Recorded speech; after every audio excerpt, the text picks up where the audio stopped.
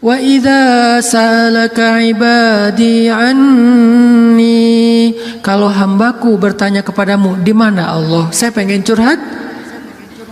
Wa idza sa'alaka ibadi anni fa inni qarib. Aku dekat. Artinya ketika kita pengen curhat, Allah mendatangi kita. Kadang-kadang kita nggak pengen curhat aja, Allah mendatangi kita karena pengen dicurhatin. Kan baik banget Allah tuh. Padahal kan yang butuh kita ke Allah, bukan Allah butuh kita. Tapi karena saking pemurahnya Allah, dari arasy-Nya turun ke langit dunia. Setelah turun ke langit dunia, Allah bertanya, hal min dhi hajah, ada enggak hamba-hambaku yang butuh pertolongan? Allah manggil-manggil kita tuh di langit dunia tuh. Allah manggil-manggil kita, kita tidur. Ilfil enggak Allah? Besok datang lagi. Hal min dhi hajah, ada enggak hamba-hambaku yang butuh pertolongan? Masih tidur. Ilfil? Enggak, besok datang lagi. Dan itu berlaku dari sejak Allah menciptakan manusia sampai hari kiamat. Enggak pernah Allah ilfil sama kita. Inilah tempat curhat yang paling baik. Hanya ada dua, satu kepada Allah, kedua kepada pasangan. Kalau tidak ada pasangan, bolehlah sesekali kepada orang tua. Tapi kadang-kadang harus dibatasi juga. Karena ada hal-hal yang kalau kita sampaikan kepada orang tua, pasangan kita nggak ridho. Ketika kita ngomongin ke ibu kita, mungkin pasangan kita menjadi malu karenanya. Masalah nafkah mungkin. Kan itu harga diri suami banget ya. Kalau seorang istri kemudian curhat ke ibunya, ya AA ngasihnya kurang terus setiap bulan. Kan dia jadi malu nih. Ada hal-hal yang suaminya akan malu dan gak rela. Terus kepada siapa yang insya Allah suami kita gak malu? Kepada Allah. Ya Allah, suami saya ngasih nafkah kurang terus udah berapa bulan. Saya sih berharap gak usah banyak-banyak ya Allah, 30 juta aja sebulan. Ini masih kurang 29 juta, kurang sejuta curhat ya. Karena suami kita juga curhatnya ke Allah. Ya Allah, saya pengen nambahin nafkah buat istri saya. Ya Allah, ya Allah, ya Allah. Dua-duanya curhat nih. Kalau perlu curhatnya sambil pegangan tangan. Kan seru tuh. Coba kalau masih sendiri, pegangan tangan siapa? Gini-gini. Mana ya tangan? Kalau sholat tahajud berdua sama sendiri. Kalau sendiri yang banguninnya alarm. Nggak enak banget tuh. Ring, apa sih berisik? Tapi kalau udah berpasangan, yang banguninnya suara lembut. Kang, bangun. Akhirnya makin tidur. Ini tapi bukan fikih ya. Ini iseng-isengan saya doang nanya ke istri saya. Yang. Kalau kita sholat tuh boleh gak sih gandengan? Istri saya nanya, gandengan gimana? Jadi kita tengah malam tuh nanya kayak gituan. Gandengan gimana? Gini, jadi kita takbir terus... Boleh nggak sih kayak gitu? Nanya ya. Tapi kalau deketan boleh kan? Boleh. Ya udah deketan lagi dong. Lagi sah. Bisa nggak ngomong kayak gitu ke teman kos-kosan? Deket lagi dong. Bahaya. Makanya teman-teman curhat sama Allah Subhanahu wa taala. Analogi dan contoh kasusnya mungkin masalah cinta dengan pasangan ya. Tapi moral of the story-nya itu bisa kita pakai dalam apa aja. Karena kita punya masalah bukan cuma dengan pasangan, bukan cuma dengan teman, tapi kita punya masalah dalam pekerjaan, dalam apa aja. Pokoknya mau curhat ke langit. Karena Allah selalu menunggu kita curhat. Yang di seluruh bumi juga makhluk-makhluk Allah selain jin dan manusia, setiap hari berdoa kepada Allah. Masa kita nggak mau berdoa? Kulla yaumin huwa fi sya'n wa la ya'uduhu hifdzuhuma. Curhat sama Allah. Akhirnya kaulah udah selesai datang ke Nabi. Kalau bahasa kita kayak ngejapri ke Nabi gitu. Nabi bilang, kamu sama suami kamu sudah haram selama-lamanya. Karena zihar itu adalah tradisi Arab jahiliyah. Kamu buat saya seperti ibu. Itu tradisi Arab jahiliyah yang gak baik banget. Sangat-sangat tidak adil kepada perempuan. Jadi ini salah satu ayat bukti bahwa Al-Quran itu benar-benar turun untuk mengangkat kehormatan perempuan. Karena tradisi Arab jahiliyah, kalau dia udah mulai bosan sama istrinya, langsung dia ceraikan seumur hidup. Kenapa seumur hidup? Biar nggak dapat waris, biar nggak ada tanggung jawab apa-apa, nafkah segala macam. Kan curang banget kan? dinikahi ketika muda, pas udah tua diceraikan tanpa ada harapan warisan dan nafkah lagi selama-lamanya. Ternyata Khawlah nggak berhenti dengan bertanya kepada Nabi doang, dia minta kepada Allah. Tadinya nggak ada loh fikih zihar di dalam Islam tuh nggak ada syariat hukum tentang bab zihar di dalam Islam, baru ada setelah Khawlah curhat. Jadi bisa dibilang beberapa syariat Islam itu muncul hasil dari curhat-curhat para hamba. Apa arti al-mujadilah? Perempuan yang sedang curhat. Ini surat curhat di dalam Al-Quran. Akhirnya turun ayat, Allah sudah mendengar pembicaraan kalian berdua, Allah tahu banget isi japri-japrian kalian. Kemudian Allah mengatakan zihar itu adalah dosa besar. Dan orang yang melakukan zihar tidak berlaku untuk istrinya. Tapi dia wajib menebus dosa itu dengan cara berpuasa 2 bulan berturut-turut. Suami dari Khawlah orang yang sudah sangat tua. Nabi panggil dia ke sini. Akhirnya sahabat nyari-nyari dia, dipanggil ke rumah Nabi. Kemudian Nabi mengatakan, sudah turun ayat tentang masalah kamu dengan Khawlah. Allah nggak redha dengan apa yang kamu lakukan kepada Khawlah. Akhirnya dia dimarahin sama Nabi. Kemudian Nabi mengatakan, ya Rasulullah, saya sadar, saya insaf, saya taubat. Terus gimana menebusnya ya Rasul? Kata Nabi, berpuasalah 2 bulan berturut-turut. Dia bingung. Rasul, saya ini laki-laki yang sudah tua. Jangankan 2 bulan berturut-turut, sehari aja batal. Gak boleh batal sehari aja, gak boleh. Kalau batal sehari, gak bisa besok dilanjutkan, gak bisa. Langsung mulai dari nol. Ya Rasul, saya puasa sehari aja gak kuat, gimana 2 bulan? Rasul mengelus dada kemudian mengatakan, ya udah kalau gitu beri makan 60 orang miskin. Ya Rasul, gak ada orang yang lebih miskin di daerah sini daripada saya. Akhirnya Nabi ngambil beberapa karung korma, dikasih ke dia, ngasih makan ini untuk keluargamu. Ini juga menjadi dalil gimana Islam itu agama yang sangat-sangat toleran. Allah pengen memudahkan kalian, Allah gak pengen menyusahkan kalian. Semua syariat Islam itu adalah memudahkan kita, gak ada yang menyusahkan kita. Semua syariat Islam itu gampang, simpel, mudah, gak ada yang susah. Salah satunya adalah menikah, itu mudah banget. Mana Ustadz? Buktinya masih banyak yang masih single. Berarti bukan Allah yang menyusahkan pernikahan, calon mertua tuh. Nah Allah mah memudahkan kan ya. Bayangin pernikahan itu kan simpel ya. Akad nikah sederhana kan. Yang cuman saya nikahkan putri saya terima putri bapak dengan mahar sekian dibayar tunai, sah. Akhirnya berubahlah status berduaan apalagi dan seterusnya apalagi dosa aja isinya sekarang berubah. Memandang aja berpahala, apalagi ya memandang aja berpahala. Kebayang nggak tuh memandang pasangan itu sama kayak memandang Ka'bah. Duduk sambil ngeliatin Ka'bah itu pahalanya kayak 2 rakaat sholat loh, sholat mutlak. Berarti memandang istri yang lagi rempong sama dengan 2 rakaat sholat mutlak. Baru memandang gimana menyentuh, gimana mengecup keningnya, gimana memeluknya, gimana dan gimana. Ibadah sholat mudah banget, nggak bisa berdiri, duduk, nggak bisa duduk, berbaring, nggak bisa sholat tepat waktu, dijamak, nggak bisa menjamak, dikosor, dikodok. Kenapa dikodok? Soalnya ketiduran. Yang penting jangan istiqomah. Masa mengkodok istiqomah ya? Jam 9 pagi, sholat apa itu? Kodok subuh.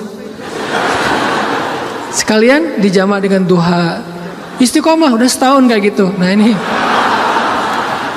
kayak misalnya kita pulang malam belum isya nih. Tadi pas isya pas lagi di jalan macet-macetan, sampai di rumah capek banget mandi segala macam makan, akhirnya ketiduran. Lupa kalau kita belum salat isya, bangun-bangun subuh, oh iya ya semalam saya belum isya. Gak apa-apa, lakukan ketika kita ingat.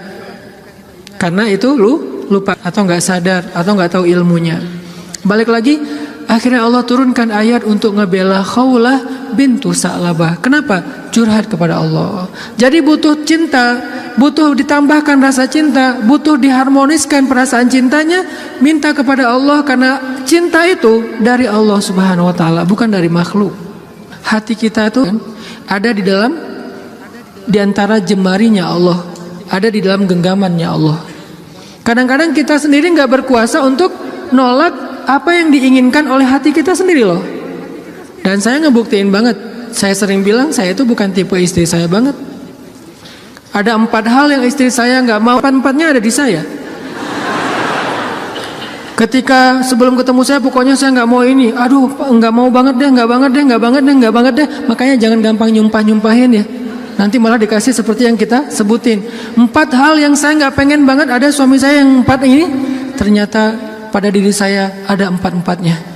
Ya Allah, tundukkanlah hatinya untukku, ditundukkan. Kok saya nggak bisa nolak kamu? Ya, kuat-kuatan doa kan. Dia berdoa, ya Allah, please jangan orang itu. Ya Allah, please yang dia. Kuat-kuatan doa. Ya Allah, jangan orang itu, please jangan orang itu. Ya Allah, please dia aja, jangan yang lain. Ustadz dilawan ya. Doa. Jadi minta sama Allah itu gampang banget loh. Hidup kita tuh cuma masalahnya cuma gini doang.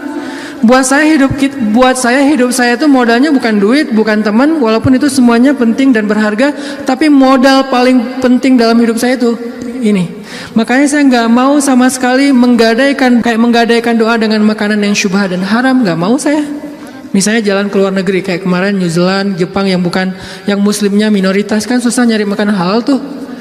Mending lapar daripada saya akhirnya mencari-cari alasan, ini kan darurat kan udah nggak ada pilihan segala macam. Ini kan makannya ikan, tapi kan satu minyak dengan makanan yang nggak halal.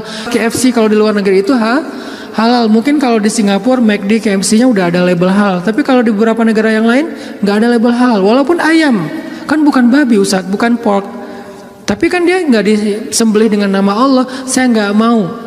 Pengen ngerasain gimana ya rasanya ayam goreng di mana gitu, ayam kriuk di mana, beda dengan di Indonesia. Tapi kan itu bahayanya bukan masalah hal haram, menggadaikan doa kita. Begitu kita makan, kenyangnya cuma sebentar, nanti juga udah lapar lagi, tapi doa kita ditolak 40 hari 40 malam. Gimana kalau pas lagi di luar negeri, terus kita ada masalah di imigrasi, pas di bandara, kita berdoa, gimana cara Allah akan mengabulkan? Kenapa? Modal kita dalam hidup tuh doa banget tuh. Saya ngerasa banget banyak keajaiban dalam hidup gara-gara berdoa. Bukan berarti saya udah soleh ya, bukan. Allah yang maha baik. Minta, ya Allah saya lagi butuh ini. Jadi duit kita teman-teman ada di sisi Allah. Jadi gak usah khawatir, tinggal minta. Teman-teman khawatir gak nyimpan duit di bank? Gak khawatir kan? Uang ada di bank 1M. Tenang kan? Kenapa kok tenang nitip uang 1M kepada manusia, tapi nggak tenang menitipkan harta itu kepada Allah? Ini nggak fair nih imannya nih. Kalau Allah lebih dahsyat daripada kartu dan buku rekening apa? Allah tidak pernah ingkar janji. La yukhliful mi'ad. Allah lah yang memberi kalian rezeki. Allah lah yang menjamin untuk kalian hidup.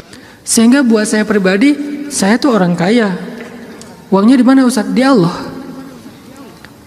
Saya tuh orang kaya, punya banyak aset. Mana asetnya? Allah yang tahu, saya nggak tahu, tapi Allah tahu. Kan gitu kan, sederhana sebetulnya, gampang banget. Duit ada di Allah. Sama kayak orang bilang, saya banyak duit, alhamdulillah sekarang ada beberapa ratus juta. Di mana? Di bank. Aman? Enggak. Walaupun kita merasa nyaman, tapi nggak aman. Kalau di Allah, kita nggak merasa nyaman, padahal itu yang paling aman. Tapi kan nggak ada wujudnya Ustadz. Emang di bank ada wujudnya? Tapi kan nggak ada bukti apa-apa segala macam. Apakah Allah pernah ingkar janji? Nggak pernah. Tapi nariknya gimana Ustadz? Kalau ke bank kita tinggal datang ke tellernya, kita minta. Kalau ke Allah lebih gampang, nggak perlu macet-macetan ke teller, nggak perlu ngambil nomor antri, tinggal gini doang. Lebih mudah. Nggak ada tapi untuk Allah. Tapi itu hanya berlaku buat kita. Sebaik apapun kita ada tapinya. Tapi kan dia juga manusia. Minimal. Kalau enggak, tapi kan dia enggak jujur, tapi kan dia jahat, tapi kan dia curang. Kalau dia orang baik, tapi kan dia manusia. Tetap ada kurangnya kan? Kalau Allah enggak ada tapinya. Allah enggak akan memberikan harta karena kekurangan. Allah Maha Kaya. Allah terlalu sibuk. Allah Maha Kuasa. Allah enggak dengar. Allah Maha mendengar. Allah misalnya enggak melihat. Allah Maha menyaksikan. Apa sih yang kita persoalkan dari Allah? Tinggal gini doang. Tapi saya udah sering gini nggak didengar sama Allah. Berarti kita nggak punya kontrak. Kontrak itu udah kita batalin dengan makanan yang haram. Kontrak itu udah kita batalin dengan memutuskan silaturahim. Kontrak itu udah kita batalin dengan berburuk sangka kepada Allah. Itu kan yang membatalkan kontrak. Begitu kita berburuk sangka kepada Allah, apa sih maunya Allah nih? Ya Allah, please tolong saya dong. Tapi ngomongnya apa sih maunya? Allah batal kontraknya. Harusnya kita mengatakan, ya Allah bantu saya ya Allah. Saya yakin tidak ada sesuatu yang sia-sia dari takdirmu. Kita berbaik sangka kepada Allah, maka Allah pasti akan menunaikan janji. Wa aufu bi ahdi, ufi bi ahdikum. Tunaikan janji kalian kepada aku tunaikan janji aku kepada kalian. Modal itu doa banget teman-teman. Doa banget. Cinta, mau dapat sahabat, mau dapat pasangan, mau dapat kasih sayang orang tua, mau dapat doa dari orang-orang soleh, mau dapat rezeki yang berkah, mau dapat terutama cinta dari Allah. Caranya adalah menengadahlah ke langit, bukan ke bumi. Sujudlah di bumi, lalu memintalah ke langit. Maka Allah Subhanahu wa ta'ala akan melimpahi kita dengan rasa. Tinggal kita yakin aja sama Allah. Masalah yakin inilah yang membuat kita kadang-kadang jadi harus menunggu keajaiban dari Allah, tergantung tingkat keraguan. Makin besar ragu kita, makin lama kita menunggu datangnya pertolongan Allah. Makin kuat keyakinan kita, makin cepat datangnya pertolongan Allah. Orangnya soleh banget, imannya pasti kuat tuh, tapi dia belum ditolong aja sama Allah. Nah, berarti kita belum paham cara Allah menolong kita. Allah nolong kita itu dengan dua cara teman-teman. Pertama, pertolongan UGD. Apa yang dilakukan Allah? Allah akan menolong hati kita terlebih dahulu. Bukan masalah kita diangkat, hatinya yang dikuatkan. Itu pertolongan Allah. Tapi diuji oleh Allah dengan sakit, dengan kemiskinan. Kok Allah gak mendengar doa dia? Enggak, Allah mendengar doa dia. Terus apa bukti pertolongan Allah? Allah gak langsung ngasih dia duit, sembuh dan segala macam. Bukan, Allah kuatkan hatinya. Sehingga kita gak habis pikir, kok dia bisa bertahan ya dengan kondisi kayak gitu. Kok dia tetap bisa bahagia ya dengan keluarganya dalam kondisi kayak gitu. Ibu di rumah teduh Sahabat Iin itu, ibu ini pasien kanker apa gitu. Beliau udah parah banget dan dirawat sendiri di rumah sakit, nggak ada yang jagain. Kenapa? Karena suaminya lumpuh. Kebayang nggak tuh ujian rumah tangga? Anaknya masih kecil-kecil. Salah satu anaknya tuh SMA ngurus ayahnya. Sementara suaminya lumpuh udah nggak bisa ngapa-ngapain. Maaf. Buang air kecil air besar di tempat tidur, semuanya di tempat tidur, nggak berdaya. Istrinya kanker stadium lanjut, dirawat di rumah sakit Hasan Sadikin, tapi nggak dapat kamar sehingga harus bolak-balik. Kalau bolak-balik ke rumah jauh, akhirnya tinggal di rumah teduh.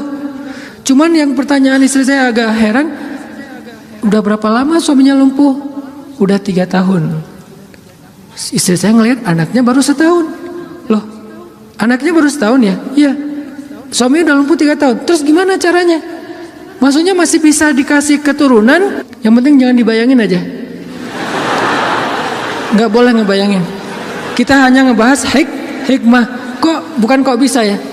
Masya Allah luar biasa ya. Allah masih tetap ngasih kebahagiaan kepada mereka. Anak bayi sebagai hiburan buat mereka. Kalau suaminya lagi kangen anaknya dibawa ke rumah. Kalau istrinya lagi kangen dibawa ke rumah sakit. Ganti-gantian, penyejuk hati mereka. Allah pengen menguatkan hati mereka dengan sakitnya lewat seorang bayi. Itu cara Allah menolong kita teman-teman, sebelum diangkat masalah kita. Sehingga jangan salah paham, kalau ada orang soleh miskin, kalau ada orang soleh sakit, kalau ada orang soleh kena musibah terus. Mungkin Allah tidak langsung menyelesaikan masalah dia, tetapi Allah lebih suka untuk menjaga hati dia. Karena dengan cara kayak gitu Allah akan terus dekat dengan dia. Kadang kalau kita diselesaikan masalahnya oleh Allah, tiba-tiba jadi jauh kan?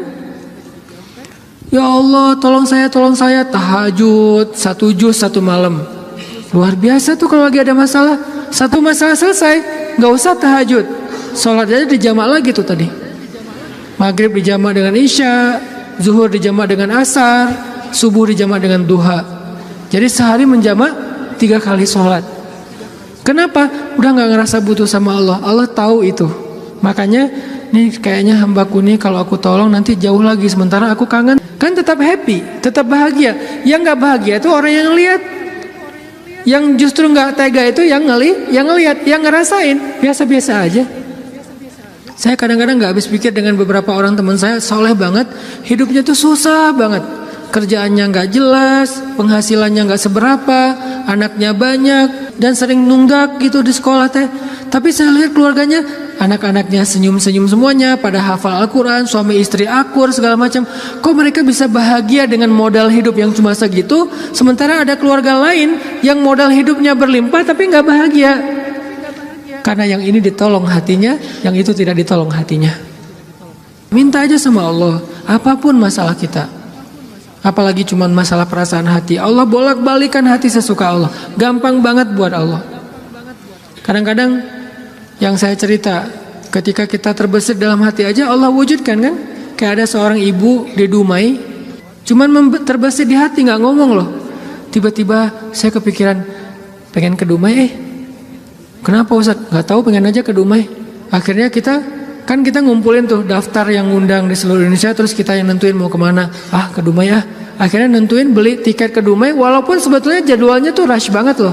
Jadi jadwalnya tuh sangat padat, tapi bela-belain ke Dumai. Kenapa? Allah yang menuntun hati saya, menggerakkan hati saya untuk datang ke Dumai. Begitu saya sampai di Dumai, ternyata Allah men-setting beliau yang menjemput kita di bandara, lalu satu mobil, kata beliau, inilah batin saya sebulan yang lalu. Allah ngasih bukan cuma di sebuah talim, satu mobil bisa curhat masalahnya. Bukan saya soleh, bukan, dianya yang solehah. Allah yang maha baik, dan kita bisa banget. Jadi kalau orang bisa datang ke kita lewat doa, berarti jodoh juga bisa datang ke kita lewat doa. Tinggal kuat-kuatin aja doanya kayak tadi. Saya pernah satu raudhah dengan seorang calon pejabat ya. Satu raudhah, dia lagi umroh, saya juga lagi umroh. Kita satu karpet hijau tuh raudhah. Kebenaran saya tahu beliau dan gak setuju dia menjabat karena banyak mudaratnya daripada manfaat. Dan saya tahu karena mau menjabat waktu itu, dan saya tebak-tebak aja nih kayaknya doanya supaya dia dipilih nih. Dia doa di sebelah saya juga doa di sebelah dia. Saya doanya pas dengerin kayaknya khusyuk banget doanya, nangis-nangis itu.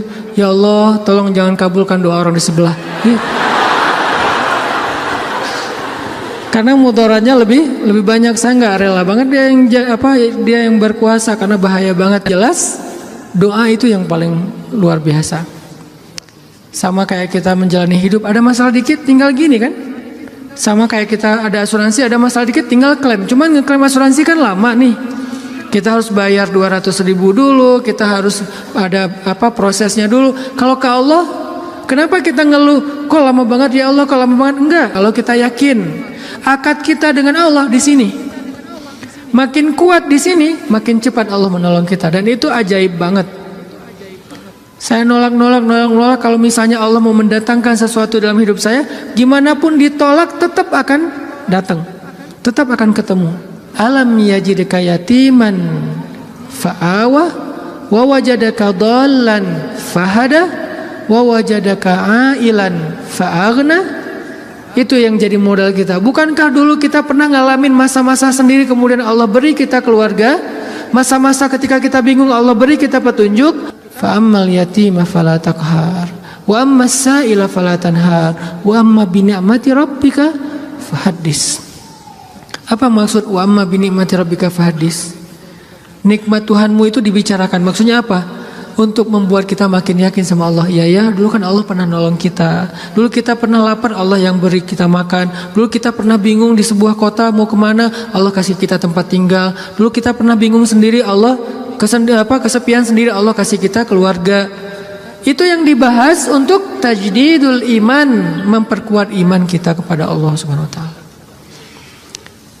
Jadi kesimpulannya teman-teman, bahwa kita butuh apa aja mintalah sama Allah, termasuk cinta. Jangan begging kepada manusia, karena itu akan menjatuhkan harga diri kita. Kalau mau begging, mengemislah kepada Allah Subhanahu wa taala. Makin kita mengemis kepada Allah, makin Allah angkat derajat kita.